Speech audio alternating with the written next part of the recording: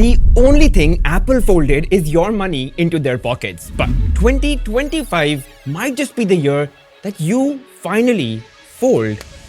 Literally. Like, I've been using the Fold 7 for nearly 2 months now, and Samsung has not only fixed the compromises, but also perfected features that Apple, well, let's just say, still hasn't unfolded. See, the iPhone 17 was just announced, and except for majorly a beauty makeover, there's really not much that you can do differently on the iPhone 17 Pro. You might as well get yourself the iPhone 15 Pro or the iPhone 16 Pro, and it won't change more than 5% of how you use your phone. That's how far behind they are when it comes to innovation. So, if you've been using an iPhone or any Android flagship for that matter, let me give you 4 reasons, okay? Just 4 as to why switching to a Fold makes more sense than ever. First reason, it's just more comfortable now. You know, many have had concerns over things like, oh, Fold phones, they're so uncomfortable, they're bulky, they're so delicate. Well, Samsung just folded those excuses into half. So much so that they made it lighter than the iPhone 16 Pro Max.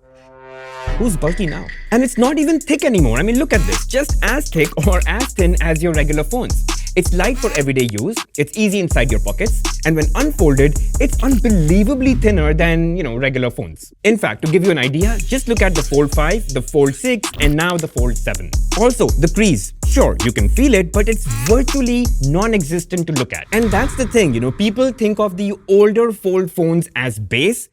Don't. This is something else. Reason number 2, this phone, it just lets you do more. Just forget about, all the technical things. Think about things you do every day. Like, you're trying to do a video call when you're doing something and you're struggling to balance your iPhone. You do that. With the Fold 7, it's got a kickstand of its own. And that's useful in many other ways, including something like this. Or let's say you're shooting a vlog. Not only can you see yourself while you shoot a crisp 4K video using the primary camera, but also split the screen with your script on the side. Even viewing photos and videos on the Fold's inner display is just so much cooler than, watching it on the iPhone. Think about reading messages or emails. The inside display just lets you see more at once, read more at once. Even an Excel sheet, just so much easier to go around. But on the iPhone, I mean, what the heck is this? In fact, if you use ChatGPT a lot, think about your desktop experience and you'll find yourself in a very similar zone when you use the Fold 7's main display. There's also some extreme use cases that's not for everyone, but nevertheless, it shows you the possibility of what could be. You can connect a keyboard and quite frankly, just write a whole document out. Connect your phone to a monitor, a mouse, and edit a photo in Lightroom on a big display. You can use your phone as a goddamn monitor for when you're shooting a video. And then on the other hand, there is this, super expensive, doesn't fold, doesn't do any of this stuff. Almost makes me question not Apple, but people who pay for this stuff, and they're nowhere close to where real technology is today. Also, I just want to point out that Samsung phones can completely replace your wallet today. Like in Samsung Wallet, I've got all my credit cards, debit cards, UPI, and even DigiLocker to keep my RC, license, COVID certificates, everything. And I can just tap to pay on any credit card machine. And while Apple Pay does have that functionality in a couple of countries, but in countries like India, it doesn't work. It's just a fancy gallery where you have your tickets and QR codes and stuff. Reason number 3 is AI, which we know is still at concept level at Apple headquarters. I mean, so much so that people have started calling slow people running on Apple Intelligence. It's a poor joke, but still an insult. So, for example, Fold 7 has Google Gemini, which is an actual useful AI assistant, and it works very differently on Samsung phones in a way that it can integrate with native apps on the Fold 7. Like, I can ask Gemini, when is FC26 launching for PlayStation? And it's going to give me a response. Now, see what I can do after that. I can ask it to add to my calendar and also remind me 2 days in advance. So not only does it add the entry to the calendar, but also creates a reminder with a notification for 2 days prior to the day. Or let me give you another example. Hey Google, my sink has salt deposits and it looks bad. How can I clean it? And now I can share this response with a specific contact on WhatsApp. So then Gemini crafts that message, integrates with WhatsApp, and asks me if I want to send it. Now, you're going to just say I'm lazy. Hold on.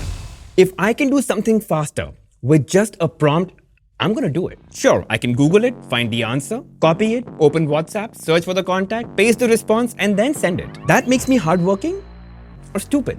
Let me know in the comments. And by the way, that's just Google Gemini. I can do a whole slew of things with Galaxy AI, like make edits in my photo which are incredibly hard to tell if they were generated or real, move things around and make them more hard to believe yet believable, convert entire conversations into a quick-to-read summary that can be shared, and so on. In fact, there's a whole video on Galaxy AI that I've done. I'll leave a link over here, so watch it if you've got some time. Point being, AI on this works, and it's more than what I can say about this. Reason number 4. It's not just a fold, it's a flagship fold. You still get the most powerful performance with a flagship Snapdragon chip, Gorilla Glass Victus 2 top-tier protection at the back, Gorilla Glass Ceramic Shield 2 in the front for the cover display, and that display, it's convincingly better than that on the iPhone Pros. Just the colors, the accuracy, the sharpness, it just really looks absolutely gorgeous.